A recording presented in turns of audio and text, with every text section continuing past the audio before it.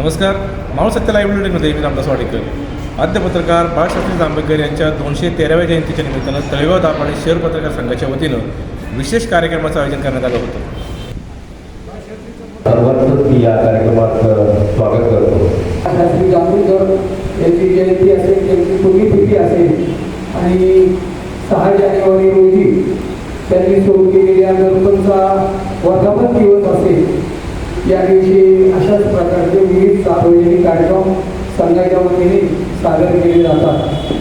नोकरी करत असताना त्यांच्या कुठल्याही दबावाला न बळी पडता परखडपणे आपली भूमिका मांडत असताना समाजाला एकत्र करून गेलं. हा त्यांचा विविध क्षेत्रामध्ये विविध काम त्यांनी त्या ठिकाणी केलं. अतिशय प्रतिकूल परिस्थितीमध्ये पत्रकारितेचा समाज सुधारक आणि समाज जागृतीसाठी बालपत्रकारिता त्यांनी सुरुवात केली. आपण जर पाहिलं स्वातंत्र्यपूर्व काळामध्ये लोकमतने सुद्धा मराठी केसरी चालू केलं, आगरकरांनी असेल आणि समाजामध्ये परिवर्तन करण्याचं काम पत्रकार करतात. बाळशास्त्री जांभेकर यांचा 213वा जयंतीनिमित्त मी हार्दिक शुभेच्छा देते. एल्फिन्स्टन कॉलेज तिथं सगळे गोरे लोक प्राध्यापक होते. त्या ठिकाणी गोरेंतर आणि त्याच्यात मराठी एकमेव व्यक्ती प्राध्यापक म्हणून असलेली म्हणजे बाळशास्त्री जांभेकर आणि त्यांच्या शिष्यवर्गामध्ये थोडे मोठे लोक होऊन गेले, त्यांचे नामावळी आहे. पण महात्मा गांधी ज्यांना हिंदुस्थानी मानत असत असे दादाबाई नौरोजी हे त्यांचे विद्यार्थी. इतकी मोठी व्यक्ती. गुरुजींनी सांगितल्याप्रमाणे समाजात चालत आलेल्या अनिष्ट चाली, रुढी, रूढी, परंपरा यांच्यावर प्रहार करायचा असेल आणि समाज जर बदलायचा असेल, समाजामध्ये परिवर्तन व्हायचं असेल, समाज आरोग्यसंपन्न व्हायचा असेल तर वृत्तपत्र हे एक माध्यम आहे, त्याचा वापर आपण करू असा निर्णय बाळशास्त्रींनी घेतला आणि त्या उद्देशाने 6 जानेवारी 1832 वयाच्या 20व्या वर्षी त्यांनी पहिलं मराठीचं वर्तमानपत्र चालू केलं, ज्याचं नाव आहे दर्पण. मला अत्यंत आनंद वाटतो आणि अभिमान वाटतो. या दर्पणचे बरेचसे अंक आणि पुन्हा 1840 साली त्यांनी दिग्दर्शन मासिक सुरू केलं. या दोन्हीचे अंक सुदैवाने तळेगावमध्ये उपलब्ध आहेत.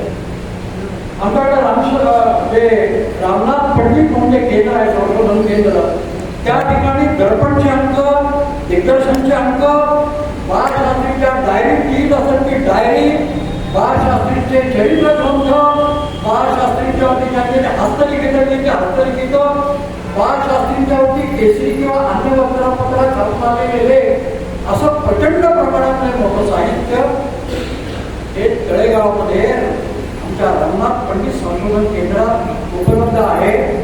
खऱ्या पत्रकाराला आणि खऱ्या लेखकाला दुसऱ्याच्या अंतःकरणात आणि मनात परकाया प्रवेश करता येतो. आणि तो नुसता काया प्रवेश नाही तर परमन प्रवेश करता येतो. आणि तो परमन प्रवेश वार्ताहर आणि बातमीदार सुद्धा करू शकतो, संपादन करू शकतो. आणि ते केलं तर लोकांना ते आपलं वाटतं आणि त्याचं प्रबोधन होतं. यात काही शंका नाही. मी आपल्या सर्वांच्या या कार्यक्रमामध्ये आभार व्यक्त करण्यासाठी उभा आहे. ज्ञानदेवा पाठी व मी करील तो मराठी, ज्ञानदेवा पाठी व मी करील तो मराठी, त्याने अमृताची साठी जाण नरोटी ठेवी या उक्तीप्रमाणे ज्यांच्या अनुषंगाने आज आपण आजची, कालची आणि उद्याची पत्रकारिता हे जाणून